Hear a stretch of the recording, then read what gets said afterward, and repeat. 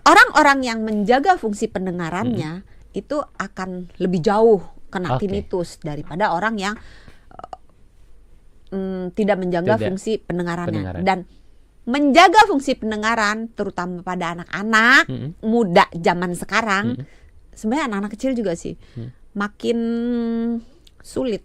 Karena adanya gadget, adanya perangkat-perangkat yang memang terpapar dengan suara yang cukup keras. Jadi telinga ini nggak pernah dapat istirahat dari suara bising.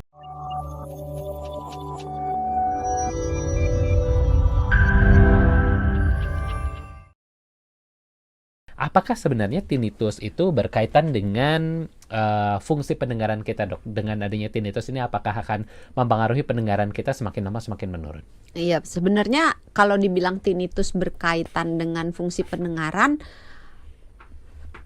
iya, karena kebanyakan penyebab dari tinnitus itu berkaitan dengan menurunnya fungsi pendengaran. Nah, menurunnya fungsi pendengaran kan ya biasalah. Umur. Itulah sebabnya semakin berumur, semakin banyak orang yang menderita tinnitus. 1 dari 3 kalau udah umur 60, 65, 1 dari 3 orang itu menderita tinnitus. Artinya ini satu hal yang common ketika usia semakin bertambah. Apalagi kalau fungsi pendengarannya itu tidak dijaga. Karena kan ada orang yang makin tua makin budek, mohon maaf ya, maksudnya makin menurun fungsi pendengarannya. Tapi ada juga kan orang yang udah berumur gitu, udah sepuh, tapi kupingnya masih tajam. Betul. Ya, orang ngomongin 10 meter masih kedengerannya. Apa kan? Lu ngomongin gua gitu. Apalagi, mau bagi duit gak gitu langsung datang ya, ngantri ya. Langsung antri gitu. Jadi orang-orang yang menjaga fungsi pendengarannya itu akan lebih jauh kena tinnitus daripada orang yang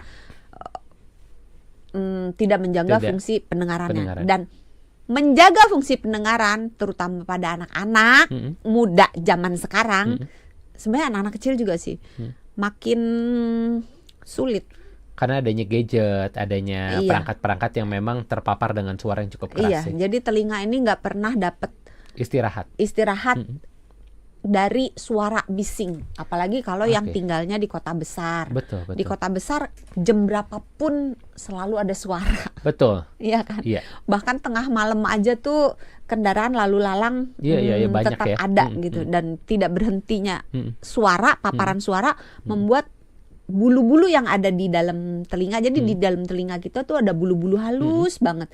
Nah, itu fungsinya untuk menghantarkan getaran. Nah, ketika bulu-bulu ini tidak istirahat, terpapar suara terus yang keras secara terus-menerus, maka bulu-bulunya itu ada yang patah, ada yang rusak, pingsan gitu. Pingsan. Apalagi kalau paparan suaranya itu deket, dimasukin ke dalam kuping. Pakai earphone. Itu lebih parah lagi. Nanya dong, aturannya gimana, Dok? Nah, aturan pemakaiannya gimana, Dok? Ini memang minta ditanya ya. Iya, minta ditanya gitu kan. Aturan pemakaiannya gimana? Adakah yang ditentukan untuk aman nih? Kalau saya ngomong pasti saya dilemparin nih sama netizen nih.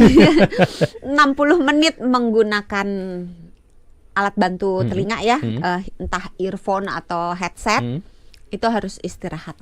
Kita lepas. Enggak kan, dimarahin kan? Gak siaran saya kalau nggak pakai ini ya. Gitu kan. Terus ketika kita menggunakan perangkat yang ditempelkan di telinga, volumenya maksimal 60%. 60%. 60% dari volume yang tersedia. Jadi kalau misalnya 100%, 60%-nya gitu. Terus kalau susah, ya taunya dari mana? Gini, aturan yang lebih kasar lagi, kalau dalam lencang tangan ya, ini namanya apa? Sepanjang lengan kita, kita nggak bisa dengar orang sepanjang lengan kita bicara, itu artinya udah kekencengan. Atau orang sebelah kita bisa dengar suara apa yang kita setel melalui headset atau earphone, itu berarti udah kekencengan.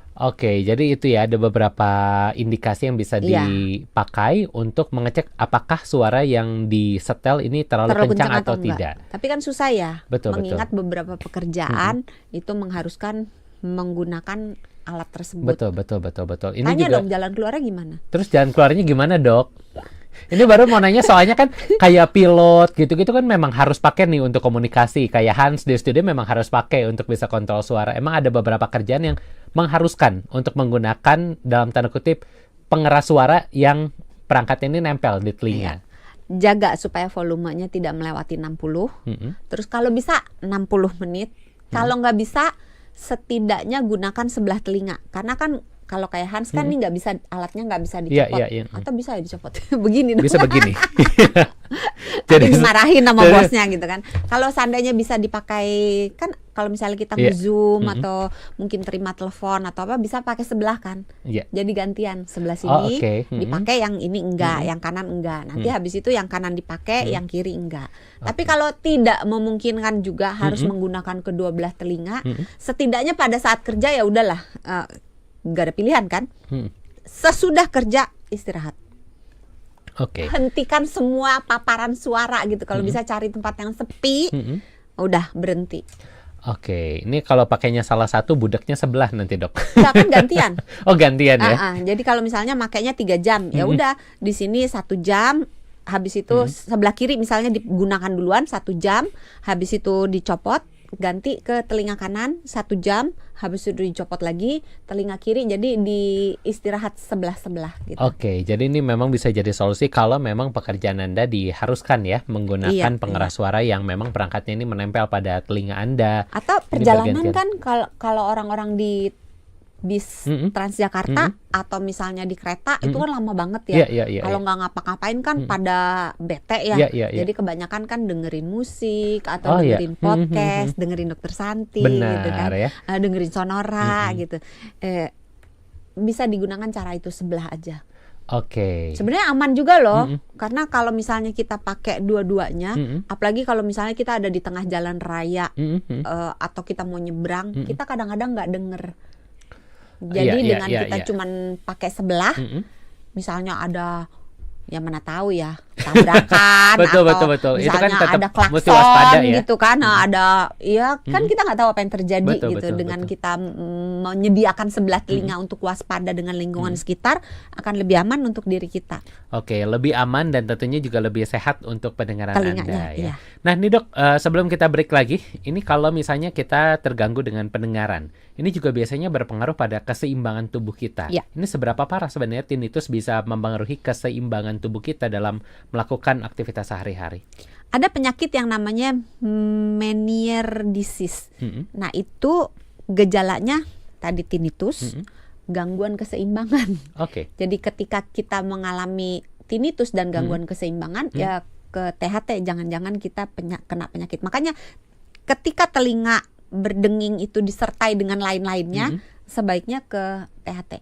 Diperiksa dulu ya. Diperiksa ada apa, apakah perlu tindakan atau tidak gitu ya. Apakah mungkin juga perlu dikonsulkan ke penyakit dalam. Karena kalau misalnya penyebabnya itu adalah gangguan aliran darah, misalnya dia darahnya ketinggian gitu, itu biasanya dioper lagi ke dokter penyakit dalam untuk dibereskan. Atau misalnya gulanya ketinggian, dia diabetes, mungkin dipindahkan dikonsulkan ke dokter penyakit dalam. Jadi balik lagi tergantung dari akarnya sebenarnya ada dari mana ya.